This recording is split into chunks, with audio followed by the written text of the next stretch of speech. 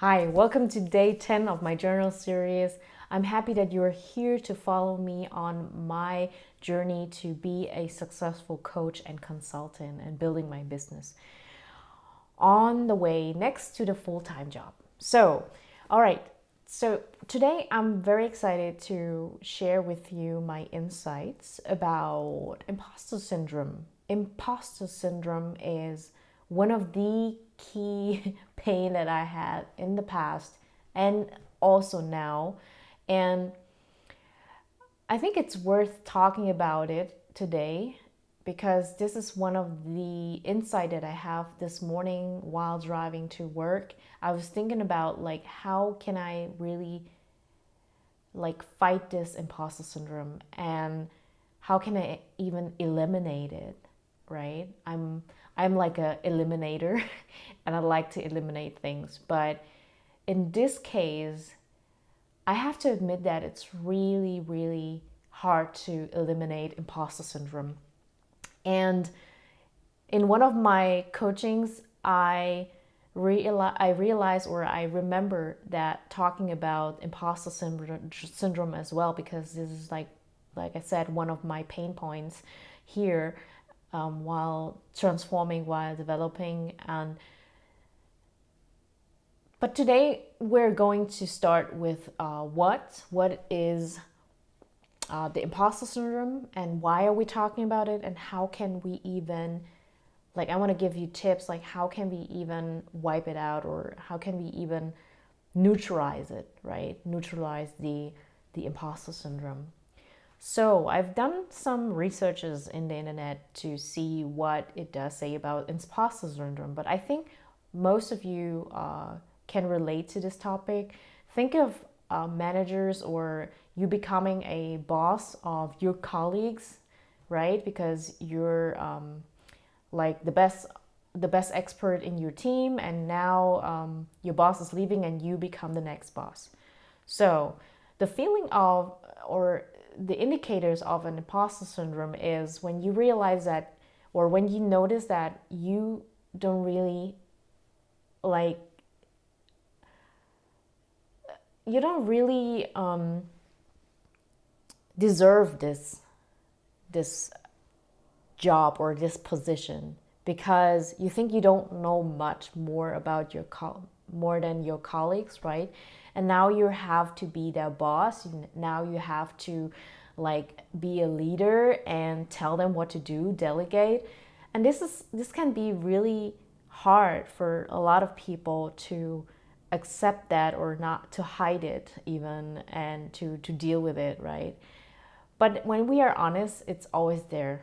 It's going to be always there. And that's why we have to find out a way how to deal with this imposter syndrome. It's really important. That's why we also talk about it. And I think why I also chose this topic is because it's one, it's relatable for everyone. It doesn't matter in which job, in which position you're in, you will have it. And it can be in a relationship, it can be in a relationship with colleagues as well. It's a problem that we have to accept it. And I want to give you some of the insights or how I realized or how I realized this morning how I could like wipe it out, or now it's even wiped out for me. So of course it can occur from time to time again. So I have to accept that it's natural, it's normal. And maybe one short story I had today is, or it was yesterday actually. So I was talking about imposter syndrome, that I want to talk about this topic, and I asked my girlfriend, okay, do you know what imposter syndrome mean, and do you have it? Like I asked her, like it's kind of like a disease, which is not, but yeah. And she was telling me that yes, with a kind of like a shy emotion, right? Like yes, I do know what imposter syndrome is, and I explained it to her again, like what I understand under imposter syndrome, and she was telling me yes, I do have it as well. And I was like, oh, okay, I'm not alone. I'm not alone on this planet. Oh, thank God. I'm not alone on this planet with this syndrome. And it's not a disease, right? It's very natural that we're doubting ourselves because of the beliefs, the social mirrors that we got reflected from other people telling us, you are like that, you're dumb, you're not good enough, you're whatever. Doesn't matter. And why this short story? Because it was important to acknowledge it and to know that you're not alone on this planet with this syndrome. So that's the first, I think, the first step to go away, to step away from imposter syndrome, like acknowledging it, accept it that it's there, and but we have the power to question it, right? And yes, I think the steps for me that I realized for myself, and I realized what the exercises that I did in the previous videos was helping me to not eliminate it. I wouldn't say it's now not there anymore. It can occur at any time. But I would say that it helped me to overcome it, to overcome the imposter syndrome that I have. For example, I'm going to be a coach and I'm going to teach what I know and my skills, right? And I'm going to have students that maybe know more than me or more successful than me, and I'm going to teach them, to coach them. And these imposter syndrome can occur, right? But I have to find a way to deal with it. I have to find a way to step out of it and be the coach that I need to be. And that's why it's important to talk about it today. And I want to give you some of my insights. First, I was thinking about like this morning that the exercises that I did, for example, the writing about the past, be aware of my past, and talking about my present and the future, all these exercises help me to really realize, okay, all the things I thought about myself and all the doubts that I have, they are not real.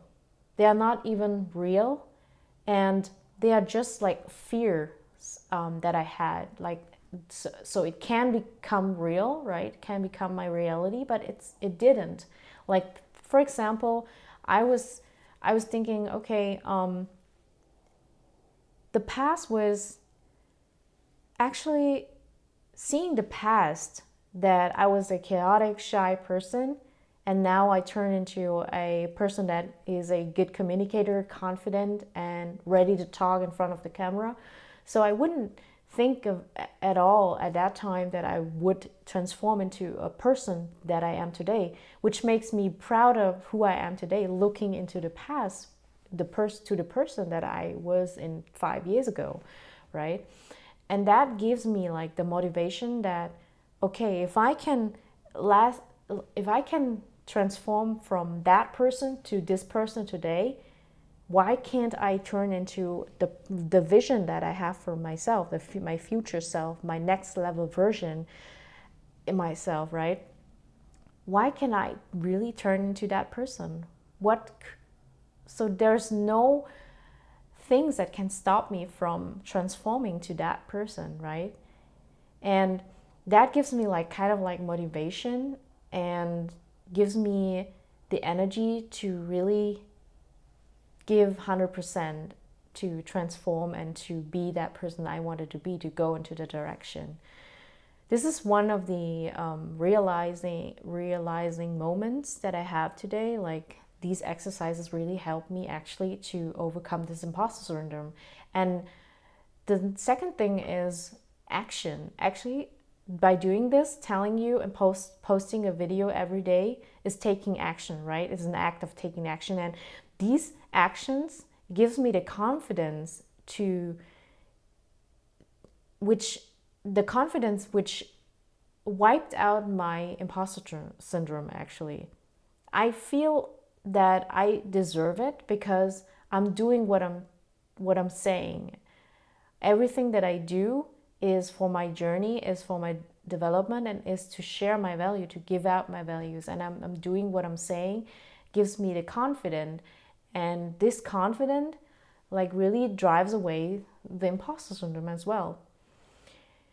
And the third thing that I want to share with you is whenever I have this feeling of I'm not good enough, or I don't deserve the position that I'm in right now, and giving other people advices, is asking myself what did I do in the past? Like what kind of coachings, what kind of mentorings, how much money did I invest in myself? Like what did I actually do, from which coaches did I learn? And if I sum up everything, all the knowledge, all the experience that I have, all the time that I've put into myself, why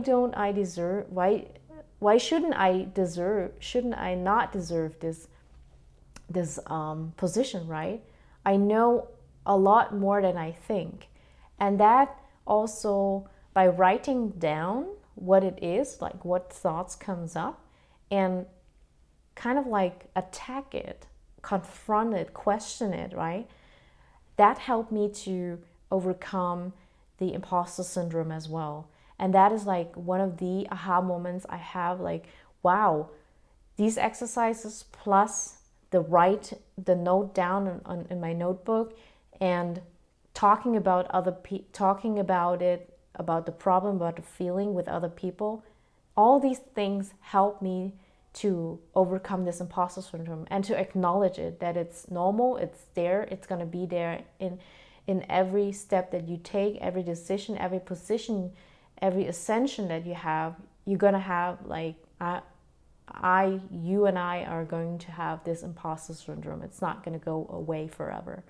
So I think these are enough tips to start dealing with the imposter syndrome, and maybe it helps you, but it helped me a lot doing these exercises. And yeah, and if you're like interested to know more what kind of exercises I'm doing and what kind of like journey I have this right now, if you would like to contact me on Facebook, on Instagram, feel free to just DM me, right? And yeah, and let's connect on there. I think for today, I think I'll talk too much already about this topic. So I thank you for listening. And if you like this video, don't forget to give me thumbs up, hit the subscribe button, and let's grow together. All right, I'm going to end this video. Bye for now. See you in the next video.